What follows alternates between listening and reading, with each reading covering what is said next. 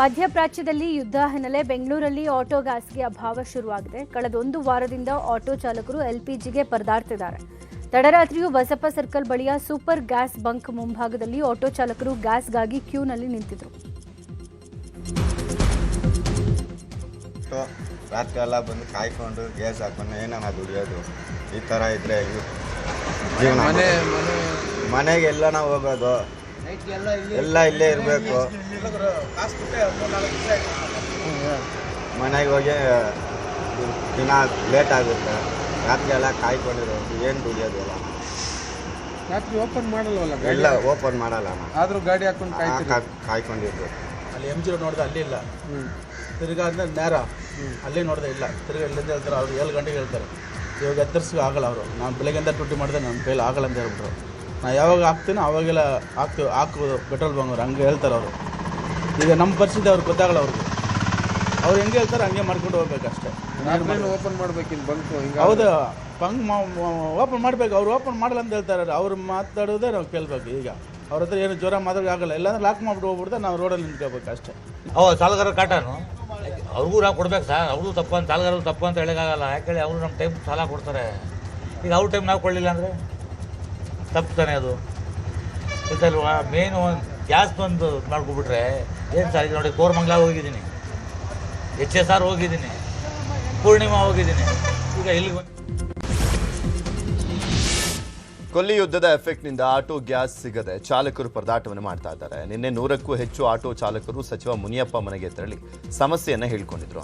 Auto ಚಾಲಕರ ಸಿಟ್ಟಿನ ಬೆನ್ನಲ್ಲೇ ರಾಜ್ಯ ಸರ್ಕಾರ ಎಚ್ಚೆತ್ತುಕೊಂಡಿದೆ. ಬೆಂಗಳೂರಿನ ಖಾಸಗಿ ಗ್ಯಾಸ್ ಬಂಕ್ಗಳ ಮೇಲೆ ಆಹಾರ ಇಲಾಖೆ ಅಧಿಕಾರಿಗಳು ದಾಳಿಯನ್ನು ಮಾಡಿದ್ದಾರೆ. ರಹಸ್ಯವಾಗಿ LPG ಸ್ಟಾಕ್ ಎಷ್ಟಿದೆ ಅಂತ ಪರಿಶೀಲನೆಯನ್ನು ಮಾಡ್ತಾ ಇದ್ದಾರೆ. ಇಂದು ಆಹಾರ ಇಲಾಖೆ ಅಧಿಕಾರಿಗಳು ಪರಿಶೀಲನೆ ಮಾಡಲಿದ್ದಾರೆ ಅಂತ ಹೇಳಲಾಗಿದೆ. ಮಧ್ಯಪ್ರಾಚ್ಯದಲ್ಲಿ ಯುದ್ಧದ ಭೀತಿ ಭುಗಿಲೆದಿದೆ. ಅಲ್ಲಿ ವಾರ್ ನಡೀತಾ ಇದ್ರೆ ಇಲ್ಲಿ ಇಂಧನ ಬಿಕ್ಕಟ್ಟು ಹೆಚ್ಚಾಗಿದೆ. ಕೇಂದ್ರ ಸರ್ಕಾರದ ವಿರುದ್ಧ ಇಂಧನ, ತೈಲ ಮತ್ತು ಅನಿಲ ಪೂರೈಕೆ ತಾರತಮ್ಯದ ಬಗ್ಗೆ ಆರೋಪ ಮಾಡಲಾಗಿದೆ. ಹೀಗಾಗಿ ಕೇಂದ್ರ ಪೆಟ್ರೋಲಿಯಂ ಸಚಿವ ಹರ್ದೀಪ್ ಸಿಂಗ್ ಪುರಿಗೆ ರಾಜ್ಯ ಸರ್ಕಾರ ಪತ್ರ ಬರೆದಿದೆ. ರಾಜ್ಯದಲ್ಲಿ ಇಂಧನ, ತೈಲ ಮತ್ತು ಅನಿಲ ಪೂರೈಕೆ ಸಮಸ್ಯೆ ಗಂಭೀರ ಸ್ವರೂಪ ಪಡ್ಕೊಂಡಿದೆ. ಇದರಿಂದ ಜನರಿಗೆ ತೀವ್ರ ಸಂಕಷ್ಟ ಎದುರಾಗಿದೆ. ವಾಣಿಜ್ಯ ಗ್ಯಾಸ್ ಕೊರತೆಯಿಂದ ಹೋಟೆಲ್ ಮತ್ತು ಆಹಾರ ಉದ್ಯಮಗಳು ಸಂಕಷ್ಟದಲ್ಲಿವೆ. ಹೀಗಾಗಿ ಕರ್ನಾಟಕಕ್ಕೆ ಅಗತ್ಯ ಆದ್ಯತೆ ಕೊಡಬೇಕು, ಕಟ್ಟುನಿಟ್ಟಿನ ಕ್ರಮ ವಹಿಸಬೇಕು ಅಂತ ಪತ್ರ ಬರೆದು ಮನವಿ ಮಾಡಲಾಗಿದೆ. ಗದಗ ಬೆಟಗೇರಿ ಅವಳಿ ನಗರದ ಮೊದಲ ಮಹಿಳಾ ಆಟೋ ಚಾಲಕಿಗೆ ಸಂಕಷ್ಟ ಎದುರಾಗಿದೆ. ಕಳೆದ 2 ವರ್ಷಗಳ ಹಿಂದೆ ಆಟೋ ಚಾಲಕಿ ರೇಖಾ ಹುಲ್ಲೂರ ಅವರ ಪತಿ ಸಂತೋಷ್ ನಿಧನ ಹೊಂದಿದ್ರು. 2 ಮಕ್ಕಳನ್ನ ಸಾಕುವಂತ ಜವಾಬ್ದಾರಿ ರೇಖಾಳ ಮೇಲೆ ಇದೆ. ಮಗಳಿಗೆ ಸಕ್ಕರೆ ಕಾಯಿಲೆ ಇದ್ದು ಆಸ್ಪತ್ರೆಗೆ ತೋರಿಸಲಿಕ್ಕೆ ಸಂಕಷ್ಟದ ಪರಿಸ್ಥಿತಿ ಇದೆ. ಹೀಗಾಗಿ ಪತ್ನಿ ಸಾವನ್ನಪ್ಪಿದ ಬಳಿಕ ಮಹಿಳೆನೇ ಆಟೋ ಚಾಲನೆ ಮಾಡ್ತಾ ಇದ್ರು. ಈಗ ಮಧ್ಯಪ್ರಾಚ್ಯ ಯುದ್ಧದಿಂದ LPG ಬೆಲೆ ಏರಿಕೆ ಹಿನ್ನೆಲೆಯಲ್ಲಿ ಆಟೋ ಹತ್ತಲಿಕ್ಕೆ ಪ್ರಯಾಣಿಕರು ಬರ್ತಾ ಇಲ್ಲ ಅಂತ ಮಹಿಳೆ ಗೋಳಾಡಿದ್ದಾರೆ. LPG ದರ ಕಡಿಮೆ ಮಾಡುವಂತೆ ನ್ಯೂಸ್ 18 ಎದುರು ಆಟೋ ಚಾಲಕಿ ಕುಟುಂಬ ಕಣ್ಣೀರನ್ನು ಹಾಕಿದೆ. ಸರ್ಕಾರ ಆಟೋ ಚಾಲಕರ ನೆರವಿಗೆ ಸಚಿವರು ಬರಬೇಕು ಅಂತ ಮಹಿಳೆ ಆಗ್ರಹಿಸಿದ್ದಾರೆ. ಅಂದ್ರೆ ಸರ್, ಗ್ಯಾಸಿಂದು ಭಾಳ ಪ್ರಾಬ್ಲಮ್ ಆಗೈತೆ ಸರ್. ಬೆಳಗ್ಗೆ ನಾವು 7 ಗಂಟೆಗೆ ನಾವು ಮನೆ ಬಿಟ್ಟಿವಿ ಅಂದ್ರೆ ಸಾಯಂಕಾಲ 6-7 ಗಂಟೆ ಮಟ್ಟ ಒಂದು 500-600 ರೂಪಾಯಿ ದುಡಿಯೋಕೆ ಭಾಳ ಕಷ್ಟ ಆಗಿತ್ತು ಸರ್ ನಮಗೆ. ಯಾಕಂದ್ರೆ ಹೊರಗಡೆ ಬಸ್ ಫ್ರೀ ಆಗಿದೆ ಸರ್, ಯಾರು ಪ್ಯಾಸೆಂಜರ್ ಹತ್ತಕ್ಕವಲ್ಲ ಅಂತಾರೆ ಸರ್. ಹಂಗಾಗಿ ಭಾಳ ತ್ರಾಸಾಗಿತ್ತು ಸರ್.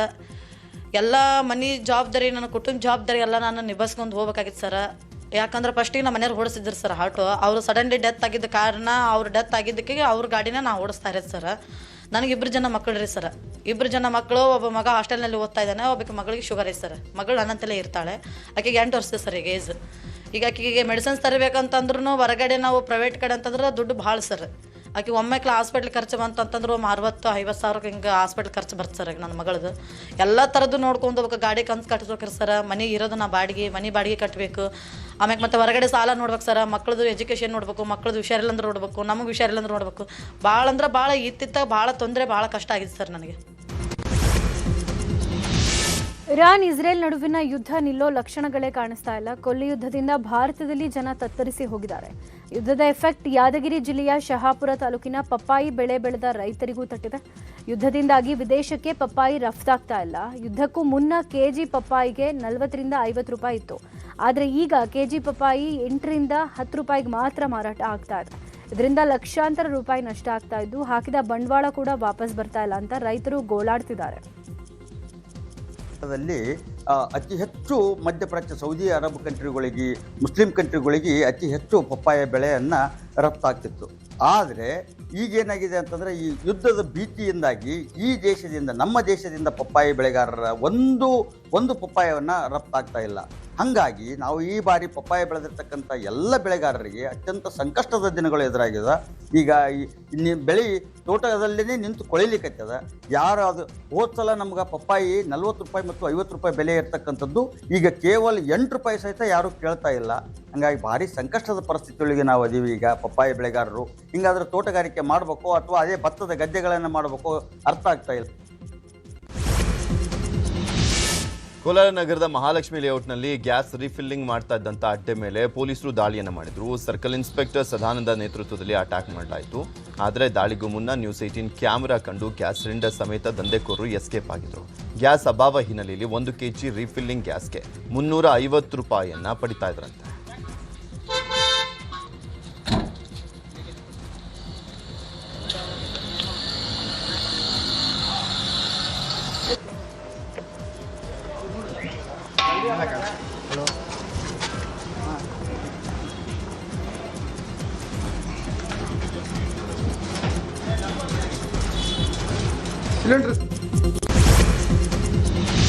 ದಾವಣಗೆರೆ ದಕ್ಷಿಣ ಹಾಗೂ ಬಾಗಲಕೋಟೆ ಉಪಚುನಾವಣೆಗೆ ಇನ್ನು 3 ದಿನ ಬಾಕಿ ಇದೆ. ತಮ್ಮ ಅಭ್ಯರ್ಥಿಗಳ ಗೆಲುವಿಗಾಗಿ ಎರಡೂ ಪಕ್ಷದವರು ಇನ್ನಿಲ್ಲದ ಕಸರತ್ತು ನಡೆಸ್ತಾ ಇದ್ದಾರೆ. ಬೈ ಎಲೆಕ್ಷನ್ ಅಖಾಡದಲ್ಲಿ ಘಟಾನುಘಟಿ ನಾಯಕರೇ ಅಬ್ಬರದ ಪ್ರಚಾರ ಮಾಡ್ತಾ ಇದ್ದಾರೆ. ಸಿಎಂ ಸಿದ್ದರಾಮಯ್ಯ, ಡಿಕೆ ಶಿವಕುಮಾರ್ ಸೇರಿದಂತೆ ಅನೇಕ ಕೈ ನಾಯಕರು ಮತಬೇಟೆಗೆ ಇಳಿದಿದ್ದಾರೆ.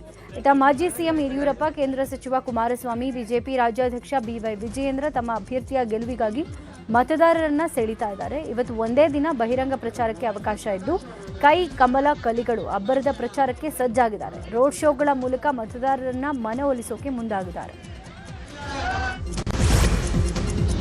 ಬಾಗಲಕೋಟೆಯಲ್ಲಿ ಉಪಚುನಾವಣೆ ಅಖಾಡ ರಂಗೇರಿದೆ. ಕಾಂಗ್ರೆಸ್ ನಾಯಕರು ಭರ್ಜರಿ ರೋಡ್ ಶೋವನ್ನು ಮಾಡಿದರು. ಕೈ ಅಭ್ಯರ್ಥಿ ಉಮೇಶ್ ಮೇಟಿ ಪರ ಮತ ಯಾಚಿಸಿದ್ದು ಸಚಿವ ಜಮೀರ್ ಅಹಮದ್, ಮಾಜಿ ಸಚಿವ ಸರ್ನಾಯಕ್ ಶಕ್ತಿ ಪ್ರದರ್ಶನ ಮಾಡಿದ್ರು. ಇನ್ನು ಬಸವೇಶ್ವರ ವೃತ್ತದಲ್ಲಿ ನಡೆದಂಥ ಬಹಿರಂಗ ಸಮಾವೇಶದಲ್ಲಿ ಸಿಎಂ ಸಿದ್ದರಾಮಯ್ಯ ಭಾಗಿಯಾಗಿದ್ದು ಚುನಾವಣಾ ಪ್ರಚಾರದ ನಡುವೆಯೂ ಕೂಡ ಬಿಜೆಪಿ ವಿರುದ್ಧ ಸಿದ್ದರಾಮಯ್ಯ ವಾಗ್ದಾಳಿಯನ್ನು ಮಾಡಿದ್ದಾರೆ.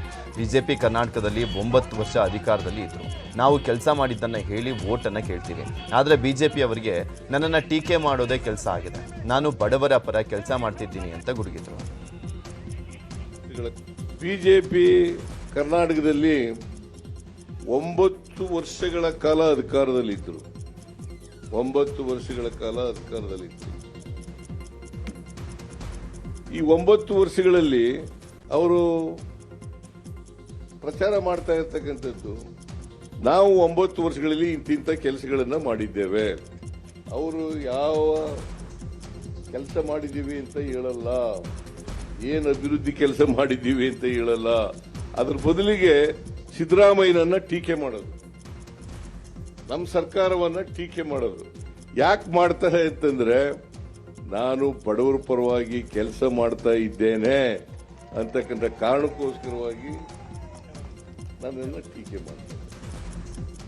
ಇನ್ನು ಕಾಂಗ್ರೆಸ್ ಬಹಿರಂಗ ಸಭೆಯಲ್ಲಿ ಸಚಿವ ಜಮೀರ್ ಅಹಮದ್ ಖಾನ್ ಮಾತನಾಡಿದ್ದು, ಯಡಿಯೂರಪ್ಪ, ಬೊಮ್ಮಾಯಿ ಅವಧಿಯಲ್ಲಿ ಒಂದು ಮನೆನೂ ಕೂಡ ಜನರಿಗೆ ಕೊಟ್ಟಿಲ್ಲ. ಆಪರೇಷನ್ ಕಮಲ ಮಾಡಿ ಅಧಿಕಾರ ಹಿಡಿದಿದ್ರು. ಆದರೆ ನಾವು ಸಾಧನೆ ತೋರಿಸಿ ಮತವನ್ನ ಕೇಳ್ತೇವೆ. ಮುಂದೆ ಪಕ್ಷಕ್ಕೆ ಬಹುಮತ ಬಂದರೆ ಜನ ಬಯಸಿದ್ರೆ ಮುಂದೆಯೂ ಸಹ ಸಿದ್ದರಾಮಯ್ಯ ಸಿಎಂ ಆಗ್ತಾರೆ ಅಂತ ಹೇಳಿದ್ರು. ಬಿಜೆಪಿ ಸರ್ಕಾರದಲ್ಲಿ ಯಡಿಯೂರಪ್ಪ 2 ವರ್ಷ ಮುಖ್ಯಮಂತ್ರಿ ಆಗಿದ್ರು. ಬಸವರಾಜ ಬೊಮ್ಮಾಯಿಯವರು 2 ವರ್ಷ ಮುಖ್ಯಮಂತ್ರಿ ಆಗಿದ್ರು. ಅವ್ರ ಅವಧಿಯಲ್ಲಿ ಒಂದು ಮನೆನೂ ಕೊಟ್ಟಿಲ್ಲ, ಒಂದು ಮನೆನೂ ಸ್ಯಾಂಕ್ಷನ್ ಮಾಡಿಲ್ಲ. ಏರಿಯಾ ಮಾಡಿ ಮನೆ ಮುಖ್ಯಮಂತ್ರಿ ಗಮನಕ್ಕೆ ತಂದೆ. ಸರ್, ಹಿಂದಿನ ಸರ್ಕಾರದಲ್ಲಿ ತಾವೇ ಮುಖ್ಯಮಂತ್ರಿ ಇರುವಾಗ ಈ ಮನೆಗಳು ಸ್ಯಾಂಕ್ಷನ್ ಮಾಡಿದ್ದು. ಅದಾದ್ಮೇಲೆ ಒಂದು ಮನೆನೂ ಸ್ಯಾಂಕ್ಷನ್ ಮಾಡಿಲ್ಲ, ಒಂದು ಮನೆನೂ ಕೊಡಕ್ ಸಾಧ್ಯ ಆಗಿಲ್ಲ. ಜನ 4.5 ಲಕ್ಷ ಕೊಡಕ್ ಸಾಧ್ಯ ಆಗಲ್ಲ. ಒಂದು ಮನೆ ಕಟ್ಟಬೇಕಾದ್ರೆ 7.5 ಲಕ್ಷ ಆಗ್ತದೆ. ಜನವರಿಯಲ್ಲಿ 24ನೇ ತಾರೀಕಿಗೆ ದೊಡ್ಡ ಮಟ್ಟದ ಹುಬ್ಳಿದಲ್ಲಿ ಕಾರ್ಯಕ್ರಮ ಮಾಡಿ 42,345 ಮನೆ ಕೊಟ್ವಿ. ಒಟ್ಟಾಗಿ 79,860 ಮನೆ ಕೊಟ್ವಿ. ಏನಿಗೆ ಬಿಜೆಪಿ ಅವ್ರು ಕೊಟ್ಟಿಲ್ಲ, ಏನಿಗೆ ಜನತಾದಳ ಅವ್ರು ಕೊಟ್ಟಿಲ್ಲ. ಅವ್ರು ಬಡವ್ರ ಬಗ್ಗೆ ಕಾಳಜಿ ಇದ್ರೆ ಅವ್ರು ಕೊಡ್ತಾ ಇದ್ರು ತಾನೆ. ಅಂದ್ರೆ ಬಡವ್ರ ಬಗ್ಗೆ ಸಿದ್ದರಾಮಯ್ಯ ಮಾತ್ರ ಕಾಳಜಿ ಇರೋದು ಅವ್ರಿಗೆ ಇಲ್ಲ ಅಂತ ನಿಮ್ಗೆ ಕೇಳಕ್ ಬಯಸ್ತಾ. ಬಾಗಲಕೋಟೆಯಲ್ಲಿ ಪ್ರಚಾರದ ಮಧ್ಯೆಯೂ ಕೂಡ ಸಿಎಂ ಸಿದ್ದರಾಮಯ್ಯ ಟೆಂಪಲ್ ರನ್ ಮಾಡಿದ್ರು. ನಗರದ ಗ್ರಾಮ ದೇವತೆಯಾದಂಥ ದ್ಯಾಮವ್ವ ದುರ್ಗಮ್ಮ ದೇಗುಲಕ್ಕೆ ಹೋಗಿ ವಿಶೇಷ ಪೂಜೆಯನ್ನು ಸಲ್ಲಿಸಿದರು. ಕೊತ್ತಲೇಶ್ವರ ದೇಗುಲಕ್ಕೆ ಭೇಟಿ ನೀಡಿ ದೇವರ ದರ್ಶನವನ್ನು ಪಡೆದರು. ಈ ವೇಳೆ ದೇಗುಲದ ಅರ್ಚಕರು ಸಿಎಂ ಸಿದ್ದರಾಮಯ್ಯರ ಹಣೆಗೆ ಕುಂಕುಮ ಹಚ್ಚಿ ಶಾಲನ್ನು ಹೊದಿಸಿ ಹಾರ ಹಾಕಿ ಸನ್ಮಾನ ಮಾಡಿದರು.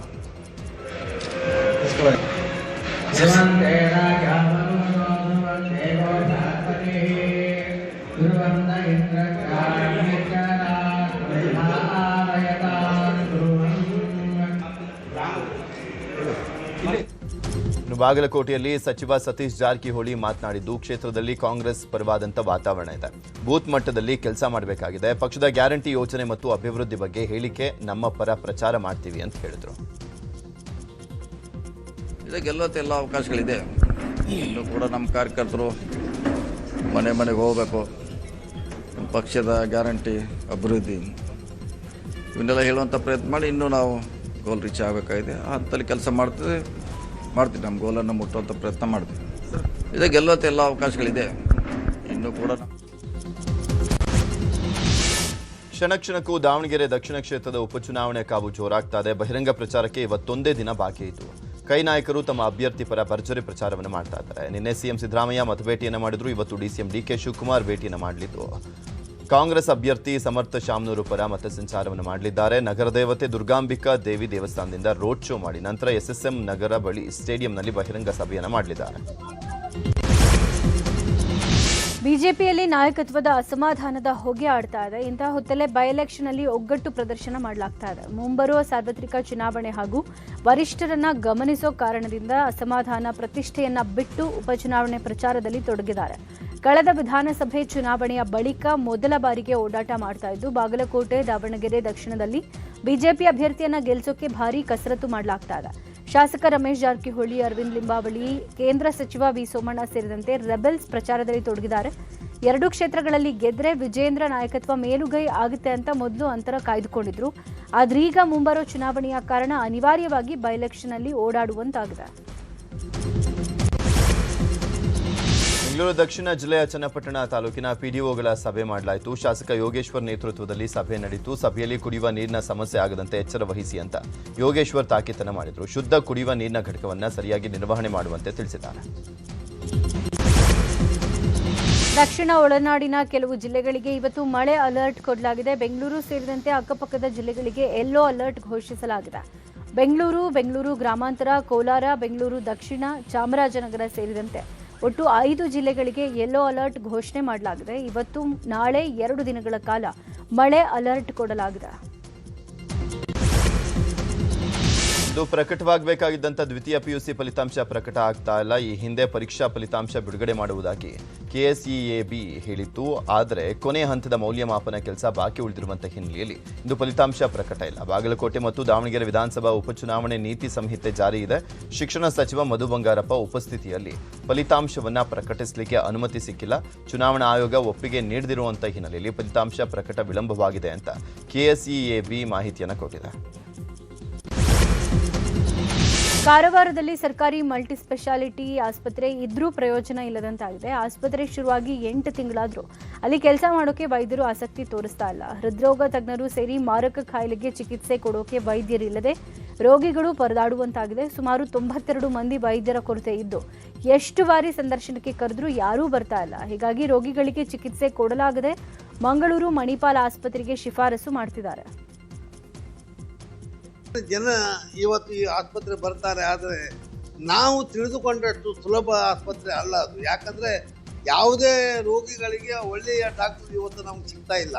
ಒಳ್ಳೆ ಡಾಕ್ಟರ್ಗಳನ್ನು ತರುವಂಥ ವ್ಯವಸ್ಥೆ ಮಾಡಿ ಮಲ್ಟಿ ಸ್ಪೆಷಾಲಿಟಿ ಆಸ್ಪತ್ರೆ ಒಳ್ಳೆ ರೀತಿಯಲ್ಲಿ ರಾಜ್ಯ ಮಟ್ಟದಲ್ಲಿ ಇವತ್ತು ಒಳ್ಳೆಯ ಹೆಸರು ಗಳಿಸುವಂಥ ವ್ಯವಸ್ಥೆ ಆಗಬೇಕೇ ವಿನ ಕಾಟಾಚಾರ. ಸಿಎಂ ಸಿದ್ದರಾಮಯ್ಯ ವಿರುದ್ಧದ ಮೂಡಾ ಸೈಟ್ ಹಗರಣ ಪ್ರಕರಣಕ್ಕೆ ಮತ್ತೆ ಮರುಜೀವ ಬಂದಿದೆ. ನಗರದ ಜನಪ್ರತಿನಿಧಿಗಳ ವಿಶೇಷ ನ್ಯಾಯಾಲಯ ಮೂಡಾ ಸೈಟ್ ಪ್ರಕರಣದಲ್ಲಿ ಬಿ ರಿಪೋರ್ಟ್ ಅಂಗೀಕರಿಸಿತ್ತು. ಬಿ ರಿಪೋರ್ಟ್ ಅಂಗೀಕಾರ ಪ್ರಶ್ನಿಸಿ ಇಡಿ ಅಧಿಕಾರಿಗಳು ಹೈಕೋರ್ಟ್ನಲ್ಲಿ ಮೇಲ್ಮನವಿ ಸಲ್ಲಿಸಿದ್ದಾರೆ. ಹೈಕೋರ್ಟ್ನಲ್ಲಿ ಈ ಅರ್ಜಿ ವಿಚಾರಣೆಗೆ ಬರಬೇಕಾಗಿದೆ. ಅಲ್ಲದೆ ಇದೇ ಪ್ರಕರಣದಲ್ಲಿ ದೂರುದಾರ ಸ್ನೇಹಮಯಿ ಕೃಷ್ಣ ಕೂಡ ಬಿ ರಿಪೋರ್ಟ್ ಅಂಗೀಕಾರ ಪ್ರಶ್ನಿಸಿ ಮೇಲ್ಮನವಿಯನ್ನು ಸಲ್ಲಿಸಿದ್ದಾರೆ. ಸದ್ಯ 2 ಅರ್ಜಿಗಳ ಸಲ್ಲಿಕೆಯಿಂದ ಮೂಡಾ ಸೈಟ್ ಹಗರಣಕ್ಕೆ ಮರುಜೀವ ಬಂದಂತಾಗಿದ್ದು ಸಿಎಂ ಸಿದ್ದರಾಮಯ್ಯನವರಿಗೆ ಮತ್ತೆ ತಲೆಬಿಸಿ ಶುರುವಾಗಿದೆ. ರೌಡಿ ಶೀಟರ್ ಬಿಕ್ಲು ಶಿವ ಕೊಲೆ ಕೇಸ್ನಲ್ಲಿ ಶಾಸಕ ಭೈರತಿ ಬಸವರಾಜ್ಗೆ ಮತ್ತೆ ಸಂಕಷ್ಟ ಎದುರಾಗಿದೆ. ಶಾಸಕ ಭೈರತಿ ಬಸವರಾಜ್ ಅವರ ಜಾಮೀನು ರದ್ದತಿ ಕೋರಿ ಸಿಐಡಿ ಪೊಲೀಸರು ಹೈಕೋರ್ಟ್ನಲ್ಲಿ ಅರ್ಜಿ ಸಲ್ಲಿಸಿದ್ದಾರೆ. ಇತ್ತೀಚೆಗಷ್ಟೇ ಜನಪ್ರತಿನಿಧಿಗಳ ಸ್ಪೆಷಲ್ ಕೋರ್ಟ್ ಭೈರತಿ ಬಸವರಾಜ್ ಅವರಿಗೆ ಜಾಮೀನು ಮಂಜೂರು ಮಾಡಿತ್ತು. ಜಾಮೀನು ಬಳಿಕ ಭೈರತಿ ಬಸವರಾಜ್ ಜೈಲಿನಿಂದ ಬಿಡುಗಡೆ ಆಗಿದ್ರು. ಜಾಮೀನು ಆದೇಶ ರದ್ದುಪಡಿಸುವಂತೆ ಕೋರಿ ಸಿಐಡಿ ಅಧಿಕಾರಿಗಳು ಹೈಕೋರ್ಟ್ನಲ್ಲಿ ಅರ್ಜಿಯನ್ನ ಸಲ್ಲಿಸಿದ್ದು ಇನ್ನಷ್ಟೇ ವಿಚಾರಣೆಗೆ ಬರಬೇಕಾಗಿದೆ. ರೇಣುಕಾಸ್ವಾಮಿ ಕೊಲೆ ಕೇಸ್ನಲ್ಲಿ A1 ಆಗಿರುವಂಥ ಪವಿತ್ರ ಗೌಡ ಜಾಮೀನು ಕೋರಿ ಹೈಕೋರ್ಟ್ನಲ್ಲಿ ಅರ್ಜಿಯನ್ನು ಸಲ್ಲಿಸಿದ್ರು. ವಕೀಲ ಬಾಲನ್ ಮೂಲಕ ಅರ್ಜಿ ಸಲ್ಲಿಕೆ ಮಾಡಲಾಯಿತು. ಆದರೆ ವಿಚಾರಣೆಗೆ ಬರುವ ಮೊದಲೇ ಅರ್ಜಿ ವಾಪಸ್ ಪಡೆಯಲಾಗಿದೆ. ಸೆಷನ್ಸ್ ಕೋರ್ಟ್ನಲ್ಲಿ ಅರ್ಜಿ ವಜಾ ಆದ ಬಳಿಕ ಹೈಕೋರ್ಟ್ನಲ್ಲಿ ಅರ್ಜಿ ಸಲ್ಲಿಸಲಾಗಿತ್ತು.